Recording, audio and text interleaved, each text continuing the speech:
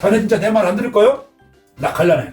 선생님, 오늘 이름 못 찾아갈 것 같습니다. 장모님이 설득이 안 됩니다. 그래서 결국은 100점짜리 찾아갔어. 신앙하고 상관없어. 교회를 나가든 성당을 나가든 절을 나가든 간에 또 신앙이 무신론자가 됐든 간에 좋은 게 좋다고. 해내비는 말도 그러할진데 하물며 사람의 이름인데 사람의 이름은 그 사람의 고유명사, 그 사람의 정신인데 나의 가치를 얘기하는 거 이름 속에는. 그 이름을 함부로 부를 수가 있고 함부로 지을 수가 있어.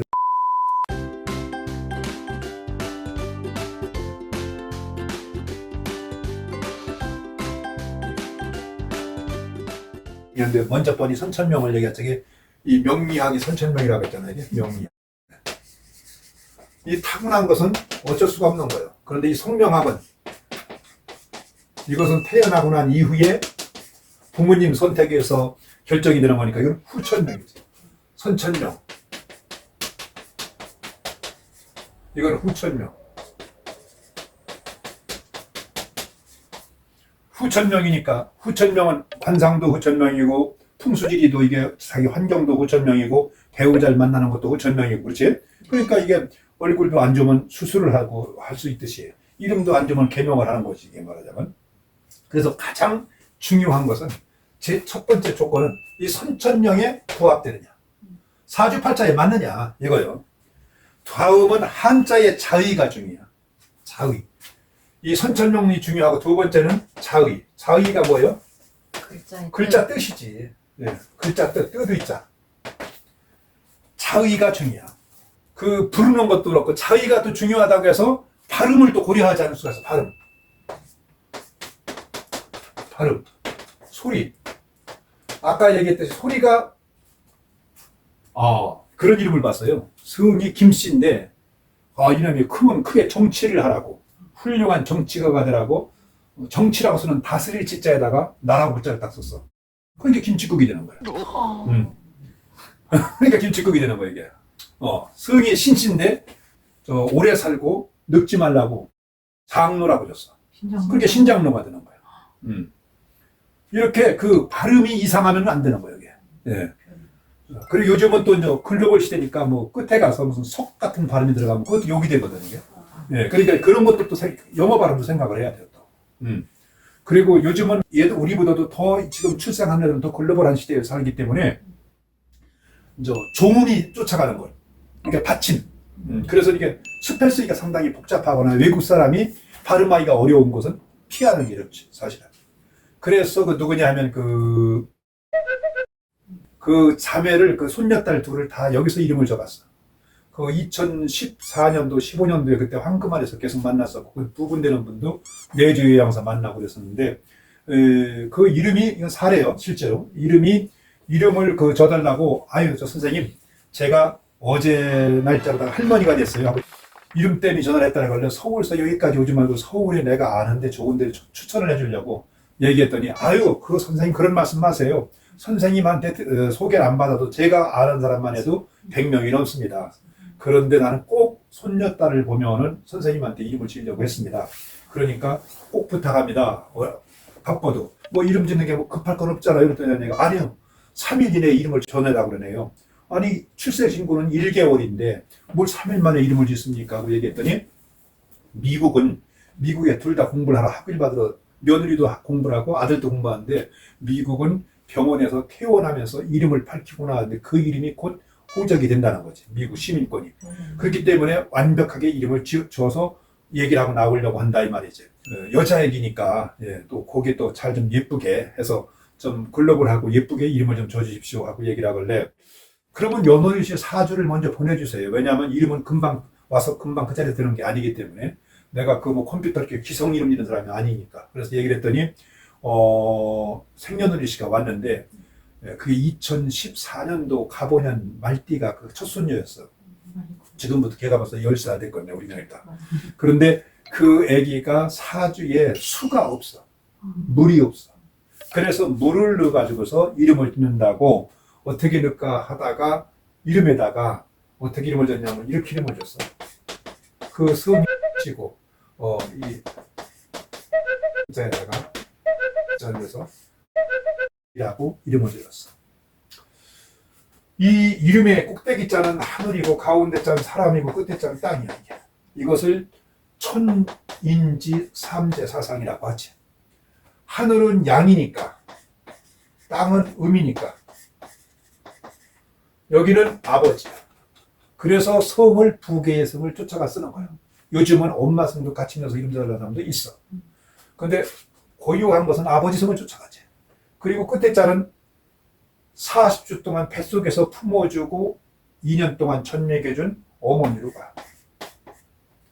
그리고 성인이 되고 난 뒤에는 남자고 여자고 간에 배우자, 짝배자.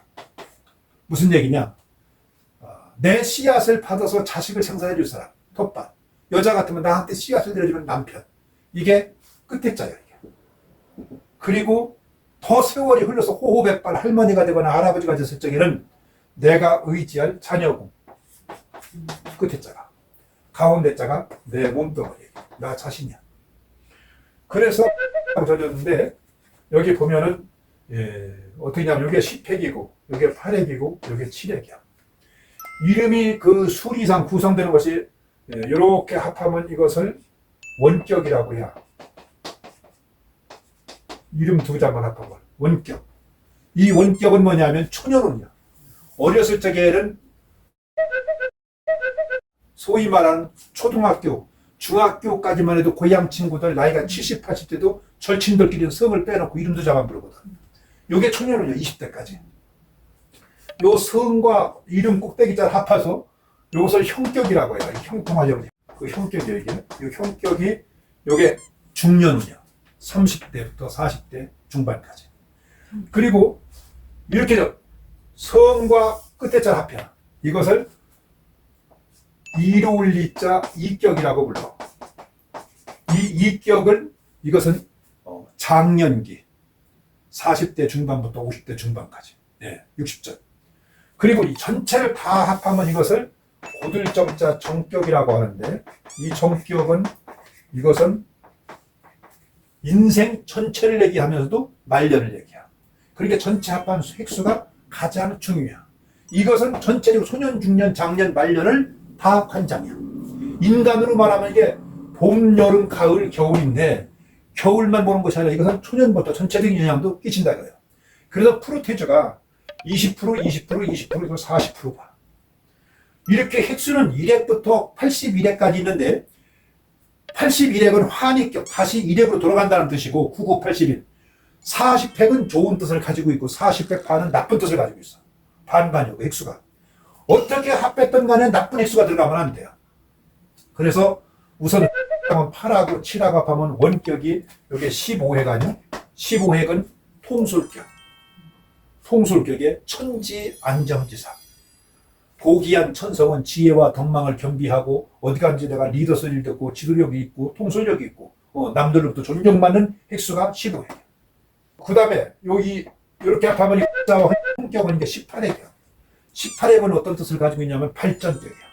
필발자, 펼전자 크게 펼쳐가서 진치 발전상이랑 나갈 진짜 모일 진짜 나가면 나가서 세월이 흐르면 흐를수록 나이가 먹으면 먹을수록 향상되고 발전되고 진보해 나간다는 뜻을 가지고 있어.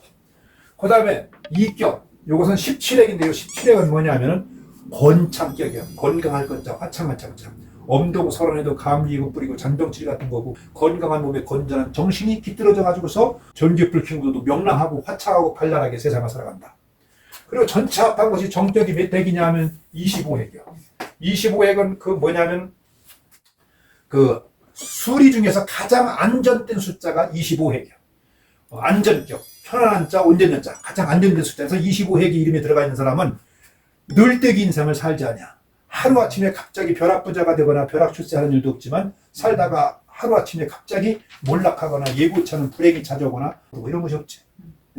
좋을 때와 나쁠 때의 편차가 크지 않은. 그래서 순하순자 바람풍자 순풍항해지상이라 순한 바람이 부는데 항해라듯이 안정되게 세상을 살아간다. 그리고 뜻이 또 이걸 직역을 한다면은 사주에 수가 없어서 잘들 준 거야. 왜? 이게 삼수변의 물수변이란 말이야. 이게 물을 갖다 이러면 한 번 부를 때마다 연못은 못은 물을 담고 있는 거니까 한 번 입으로 다 부를 때마다 물을 불어넣어주는 거예요. 누가 불어넣든지 간에. 성이 높다는 뜻이 이거 나를 변해쓴 자거든 이게. 그러니까 태양이 아침 태양이 해가 돋는 거예요. 어디로? 높게. 해가 뜬다는 얘기는 희망이요. 도전이요. 높이 뜬 태양이 못에 잠겨서 못에 물결에 아리랑하게 담겨있는 태양의 아름다움. 이것을 해서 져준 거예요. 근데 딱 오더니 이게 딱 이름이 4가지가 나왔는데 그 중에 이걸 딱 고르더라고. 4주 설명도 듣기 전에 내가 물어봤어. 아니 왜 그 잡았어요? 그랬더니 얘가 저기요 선생님 얘는 원래 글로벌하게 살 거 아니에요. 미국에서 출생했으니까 그러면은 발음하기가 어려우면 안 되잖아요. 그런데 발음하기가 쉽잖아요. 글로벌하게 살 수 있는 시대에. 두 번째 희소성이 있잖아요. 연지나 은지라는 이름은 들어봤는데 처음 들어봤거든요. 세 번째 서씨니까 한국식으로 불러도 하니까 한글 이름 같기도 하잖아요. 예, 이걸 해주세요. 그 미국의 동부인지 서부인지 지금 미국 시간 몇인지 한번 아들이나 딸이나 둘 중에 하나 통화를 해보죠. 결정하기 전에 했더니 아니에요. 제가 다 위임 받았어요. 어머님 예전에 탄다고 다 위임 받았어요. 그래서 첫 손녀딸을 해준 적이 있어. 이렇게 그 이름에도 뭐가 있어? 아까 얘기했지. 이 명리와도 맞추려고 이 딸을 넣고 이 발음도 생각해서 이름을 짓는 것이고 그 다음에 자의, 뜻 이것도 아침 해가 높이 뜬 태양이 물에 비치는 잠겨있는 아름다움. 그래서 이렇게 이름 하나를 짓는데도 이런저런 생각이 많이 있는 거지 이게. 그런데 지금 현재 시대의 발전과 흐름에 따라서 장명을 의뢰하는 곡의 수준이 높아 요즘 상당히. 성격이 고들정자 쓰는 거예요. 고들정자예요. 근데 이것을 한국하고 일본하고 중국하고 다 같은데 중국은 간체로 쓰잖아. 간체로 획수를 따지는 거고 한국은 원 글자로 따지는 거고. 그럼 획수가 다르겠네. 다르지. 그러니까 획수가 다르니까 풀이가 다르는 거지. 그러니까 뭐를 쓰느냐 이 말이죠. 어떻게 쓰느냐. 그런데 우리나라는 인명용 한자라는 것이 행정편 이상 정해져 있어. 거기에 나오지 않은 인명용 한자라고 쓰지 않은 글자는 호적을 받아주지 않냐. 우리나라의 이 전산이 된 것이 호적법 시행령에 최초로다가 이게 우리나라가 인명용 한자 사전이 나왔어. 앞으로는 이름 짓는데 이 이름에는 안 받아준다 이거지.